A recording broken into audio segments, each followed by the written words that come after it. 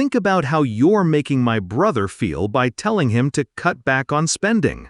My wife said that right before slamming the door and tossing my clothes onto the couch. I'm Alex, 35 years old, a software engineer at Tech Valley Solutions in Salt Lake City, Utah. That evening after dinner, I sat down with her and her brother to discuss our tight budget.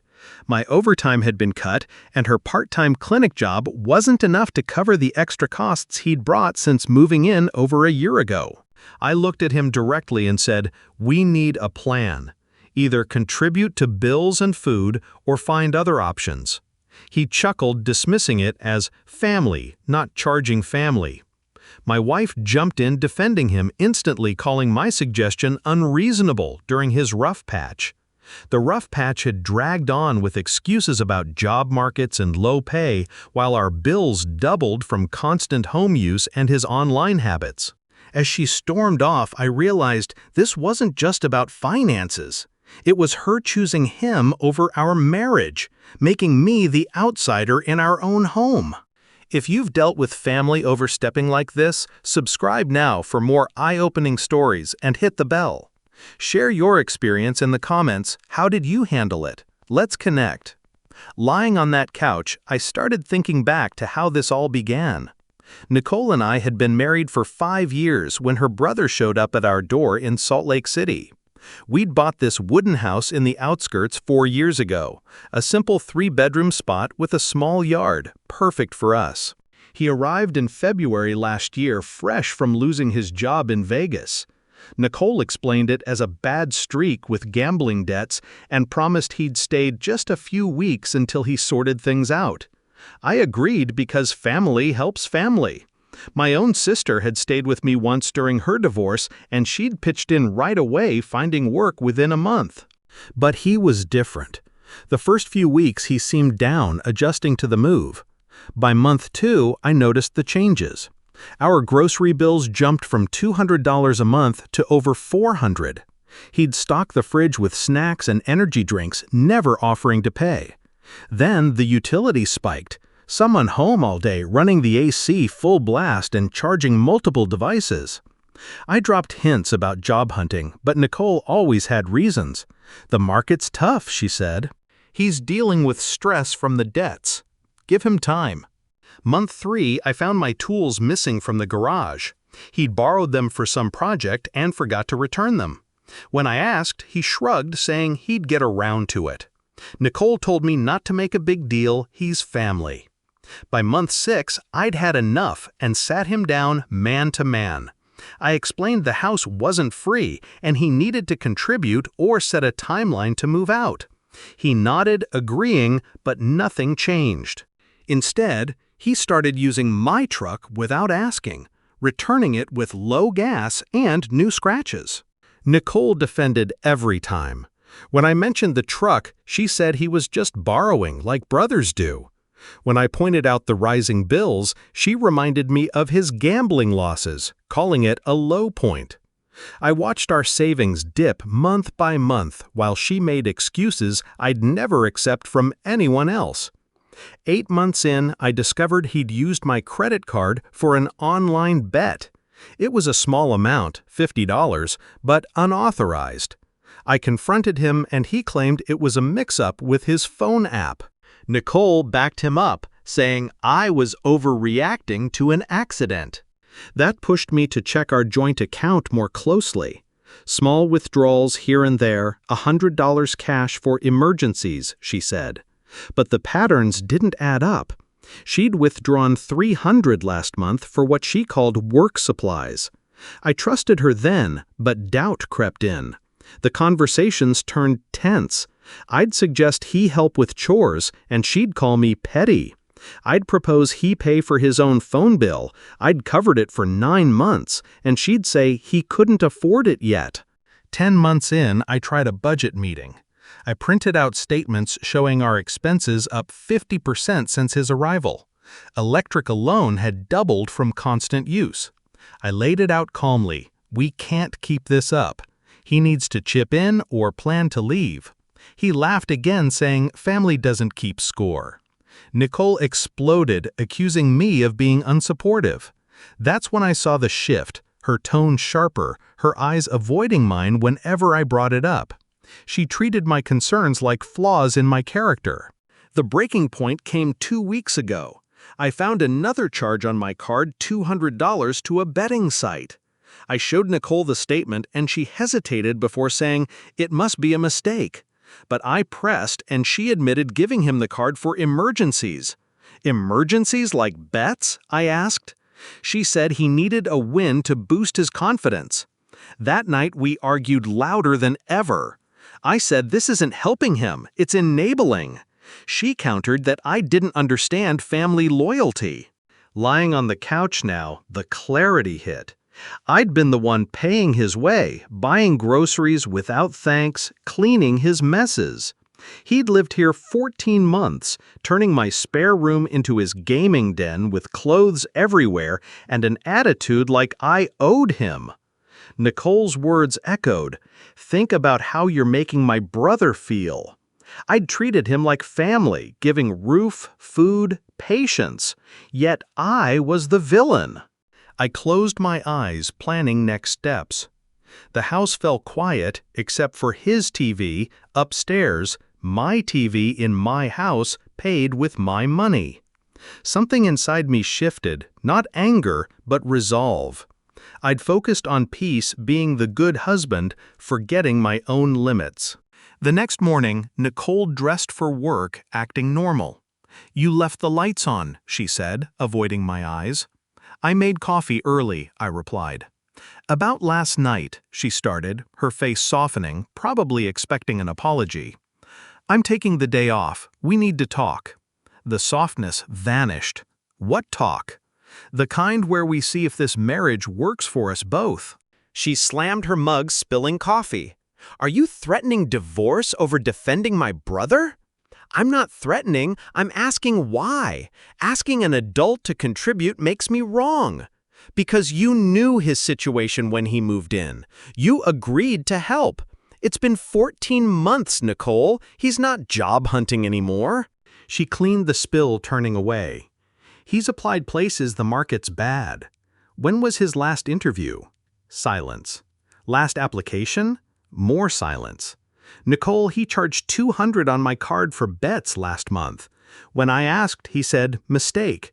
When I asked you, you said overreacting." It was a mistake. He's used my truck without ask for months.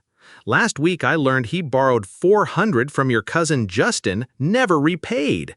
How's this my fault? Nicole faced me, her expression set. He's in his worst time. Debts mounting, depression hitting. Instead of support, you're counting every dollar on food and bills.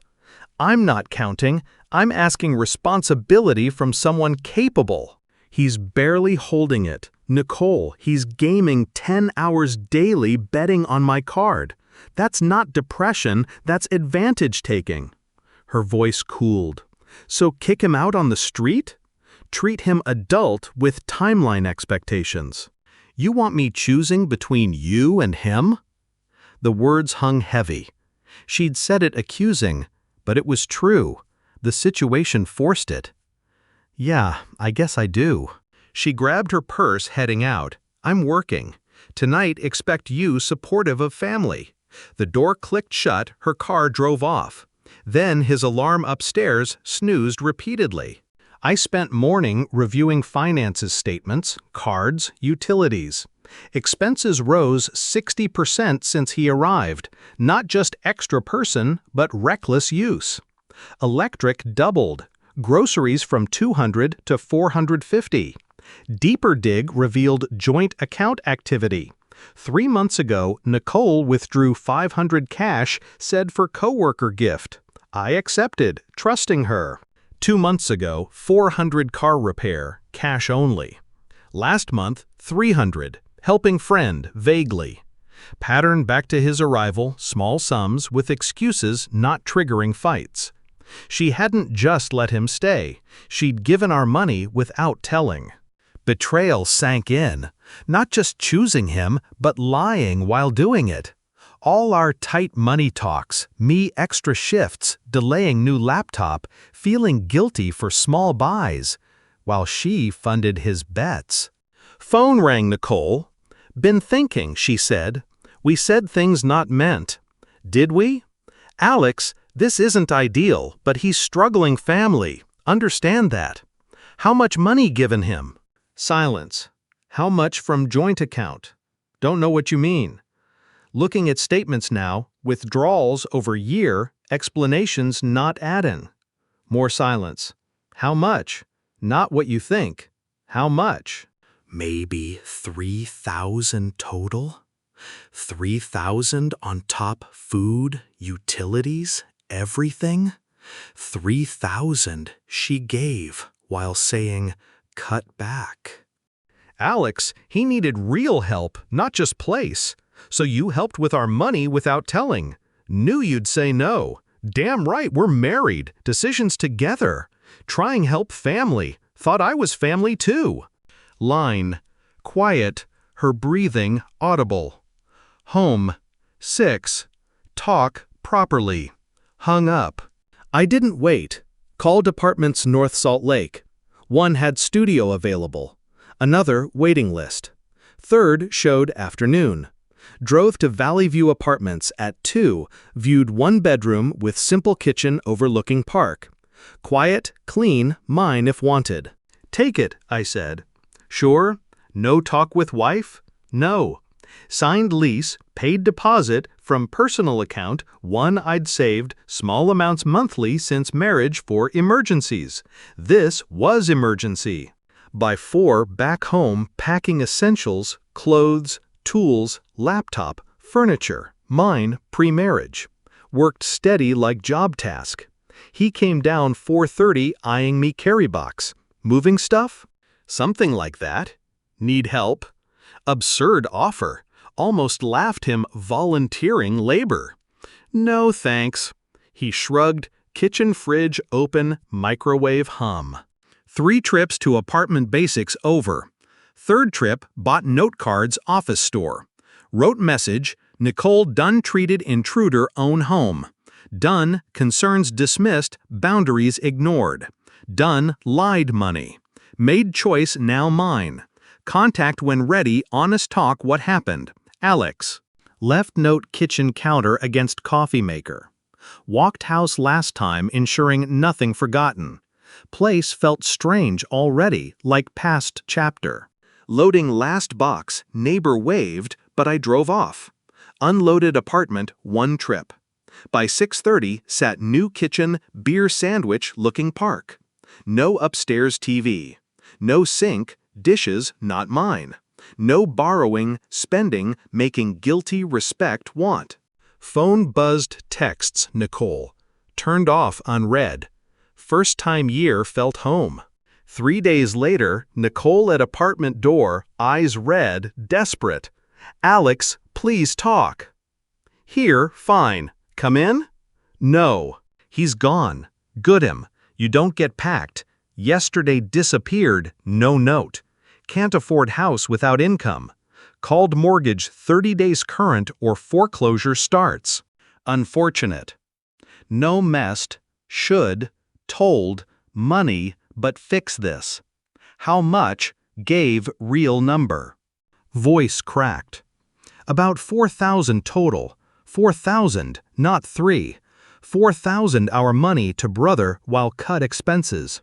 He took all when left everything given, plus cleared my savings, small amount, grandma's earrings, anniversary bracelet. Irony perfect. He'd shown Nicole who he was after she wrecked marriage protecting him. Sorry happened you. Please, anything counseling make up. Come home. Am home. Know what mean. Looked woman married 5 years. Asking fix problem created, lying, choosing brother over marriage. Wanted rescue consequences own choices. No. What no? Mean no Nicole not coming back, not fixing? Made choice, throwing clothes couch, asking brother responsible. Made choice, lying money. He made choice, misusing, disappearing. But love you. If loved, wouldn't treated problem year. Cried harder. Please don't leave. Already left 3 days ago. 5 months later, ran into Nicole's cousin Justin hardware store downtown. Hey Alex, how been? Good, Justin, can't complain. He hesitated. Heard you, Nicole. Yeah. Worth never understood why she tolerated his stuff long. Guy professional taker. Hear him lately? Shook head. Not since vanished. Nicole asked around, owed half family, never paid. My aunt said he borrowed $600 year ago. Picture clearer. He'd work through relatives one generous at time. How Nicole doin'? Lost house last month. Rents room friend now works 2 jobs pay that. Justin looked uneasy. Asks about you sometimes if anyone heard. Doing fine. Own place. Extra weekend work. Life good. Was good. Learned cook again. Made neighbor friends. Evening walks, no waiting crisis home. Nicole, lost house, brother marriage, enabling undeserving. He burned, welcomes, leaving debt, trust trail. Me, learned walking away sometimes only save self. Lessons, cost, but worth end. After turning off the phone, I sat in the quiet apartment, letting the peace sink in. No more waiting for the next excuse or bill spike. But the next day, I couldn't stop thinking about the withdrawals, so I logged into our credit reports online from my laptop. What I found hit harder than the cash pulls. Nicole had opened a new line of credit 6 months ago under both our names without telling me.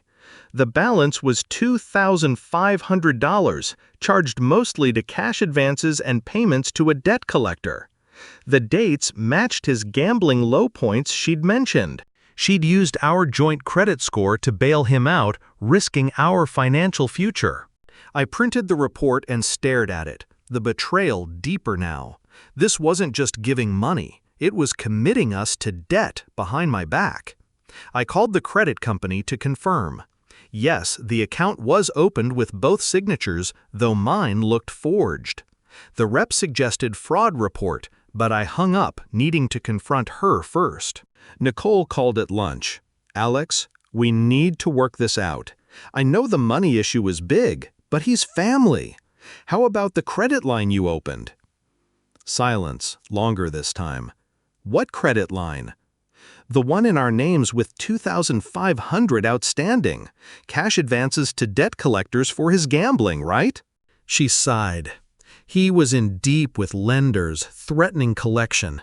I had to help or he'd lose everything. So you forged my name, committed us to debt without asking? I thought you'd understand eventually. Understand lying, forging, risking our house credit? We're married, Nicole. Decisions like this together. I was protecting him, us. No, you protected him over us. The line went quiet again. Come home tonight, we'll fix it. I hung up, realizing there was no fix as long as she saw me as the problem. I finished packing the last items from home that afternoon, taking photos of the credit report for records. He was still upstairs gaming when I left the note. Driving to the apartment, I stopped at a coffee shop to think. The decision felt right but heavy, ending 5 years over this.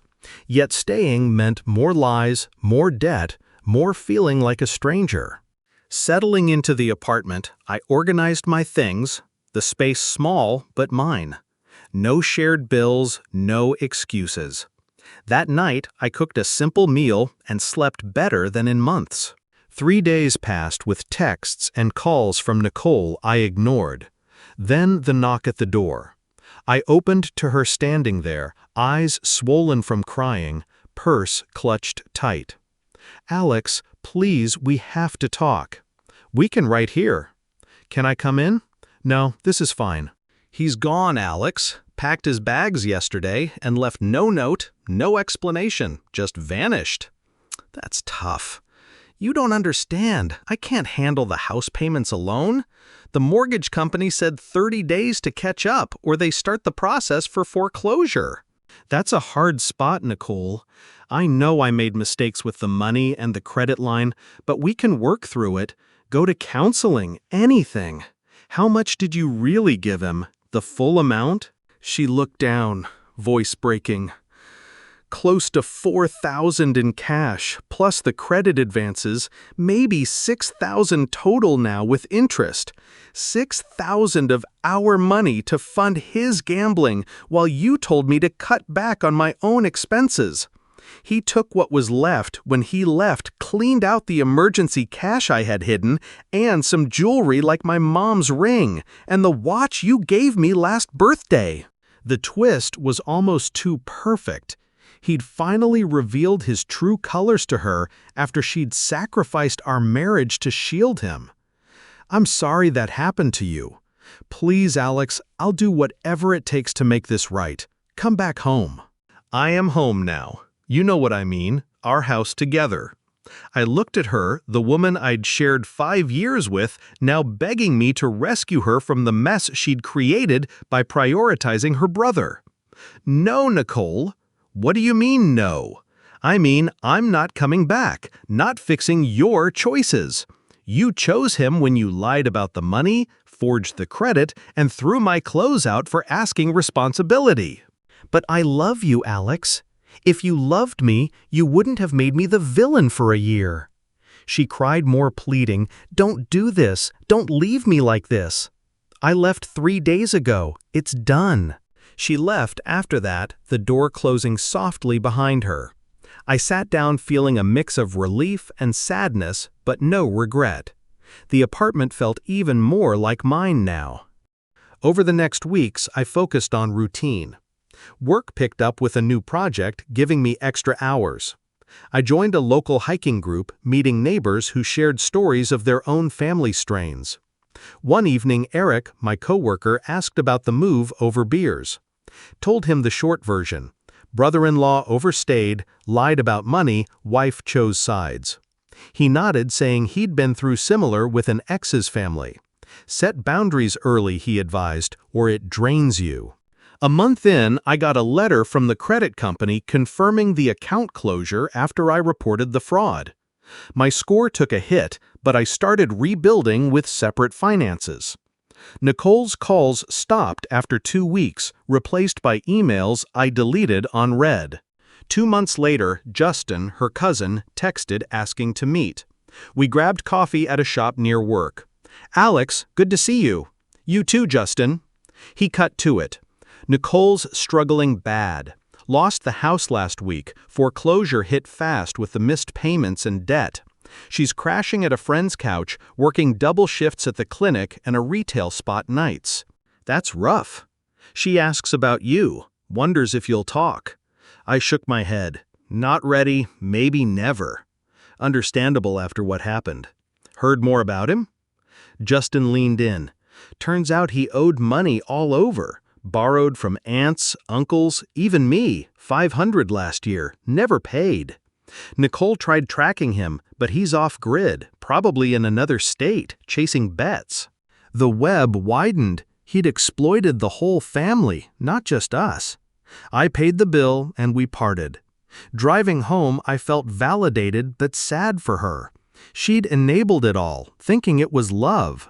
3 months post-move, I got promoted at work, more pay, flexible hours. The apartment became home, with plants, books, a routine without tension. Evenings I walked the park, reflecting on how I'd ignored the signs too long. The excuses, the tone changes, the guilt trips. 4 months in, a lawyer contacted me about divorce papers. Nicole had filed citing irreconcilable differences. I signed, agreeing to split assets fairly. She got the house equity. What was left, I kept my truck, tools, personal savings. It finalized quietly, no court drama. 5 months after leaving, I ran into Eric again at a company event. Updated him on the divorce. Smart move, he said. Family loyalty shouldn't cost your peace. We talked about starting fresh, how boundaries save relationships or end toxic ones. Life stabilized. I dated casually, met someone through hiking, but took it slow. The lessons stuck. Don't ignore red flags in marriage. Don't let family drain you without limits. Nicole's choice led to her loss. House, brother, trust. Mine led to freedom. But the real closure came 6 months out when Justin called. Nicole wanted to meet neutral ground, a park bench. I agreed, curious but guarded. She looked tired, thinner but composed. Alex, thanks for coming. Nodded. Wanted to say sorry face to face for everything, the lies, the debt, putting him first. Appreciate that. She's paused. Learned hard way. Enabling doesn't help anyone. He's still missing family. Cut ties after the debts surfaced. I'm rebuilding, new apartment, one job now, therapy, helping. Good here. You doing okay? Better than before. Own place, no drama, focusing self. She smiled faintly. Deserve that. If ever want talk as friends. Shook head. Need clean break, Nicole. Understand. Take care. Walked away, feeling finality. No anger, just done. The marriage ended because she chose wrong. I chose self. In America, families blend, but boundaries matter, or it breaks. 7 months in, I bought a small condo with savings from promotion. Furnished it simple, hosted friends for game nights. Eric became a buddy, sharing advice on single life. Work thrived with new clients. 8 months post-leave, a family gathering my side. Sister asked about it all. Told her the story, she hugged, saying, proud for standing up. Reminded me our family helps but respects limits. 9 months I traveled solo to the mountains, cleared head. Returned refreshed, ready for whatever next.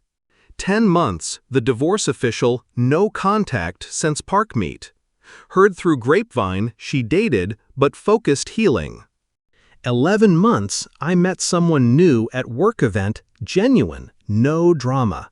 Took slow building on trust. 12 months reflected on the year.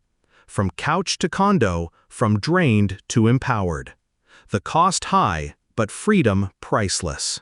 The experience taught vigilance in relationships. Watch for patterns of excuse-making, boundary crossing. In U.S. marriages, face family pressures, but communication key, or it crumbles. Looking back, the signs were there. Bills rising, tools missing, card charges. Ignored too long, hoping change. When clarity came, action followed. Now, life mine, no regrets. 13 months after leaving, I reflected on the transformation. From feeling trapped in my own home to embracing independence, the change was profound. Work had become a highlight, with the promotion leading to leading a team on bigger projects. Eric and I grabbed lunches, often swapping stories about life after tough breaks. He introduced me to a book club, where I met people with similar experiences, sharing how family dynamics shifted their paths. 14 months in, I got an unexpected email from Nicole's lawyer finalizing asset division. The house sold at a loss, covering some debt, but she walked away with little. I kept my personal items and savings, no bitterness, just closure. Justin messaged congratulating me on the new condo he'd heard about through mutual friends. We met for lunch at a diner near the valley. "Alex, you look good," he said. "Thanks, Justin, feeling solid."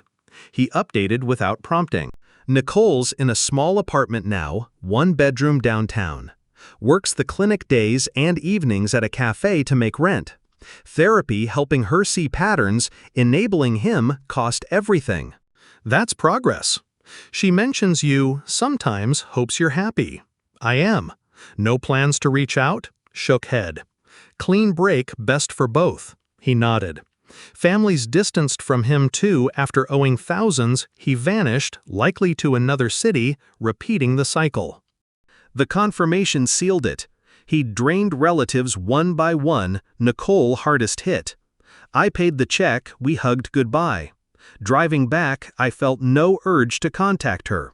The marriage ended definitively. Her choices, mine, diverging forever. 15 months post-move, I traveled to California for a conference connecting with industry folks. Evenings on the beach, I journaled lessons learned. Boundaries aren't selfish, they're essential for healthy relationships. In American families, loyalty often blurs lines, but respect must come first, or resentment builds.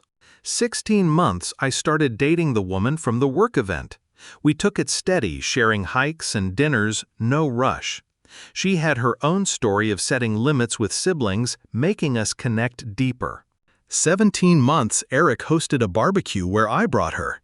Friends toasted new beginnings, joking about dodging family pitfalls. Laughter filled the air, reminding me community exists beyond blood ties. 18 months the divorce anniversary passed unnoticed. I upgraded my condo, adding a home office for freelance gigs, boosting income. Savings, rebuilt credit score, recovered from the hit. 19 months, Justin called again. Nicole's doing better, new job at a larger clinic, steady pay. She's dating casually, focusing self-growth. Good for her. Thought you'd want no. Appreciate it, but moving on. The update confirmed the cut complete.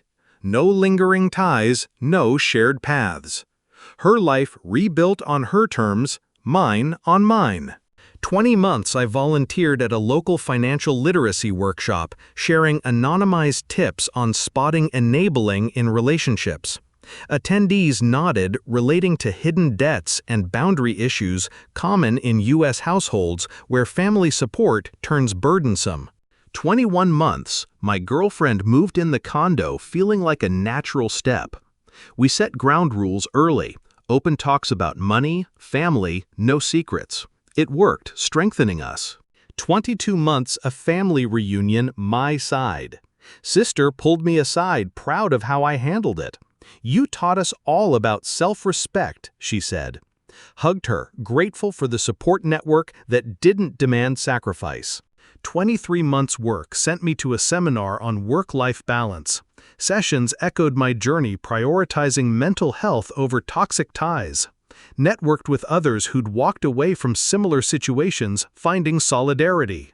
24 months, exactly 2 years from the couch night I sat on my balcony, overlooking the valley. Life flourished, career thriving, relationship solid, friends close. The pain faded, replaced by gratitude for the push to change. Reflecting on it all, the story held key lessons.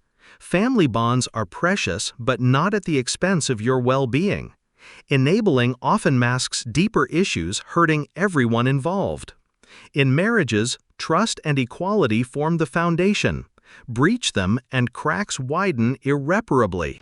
Alex here, wrapping this up.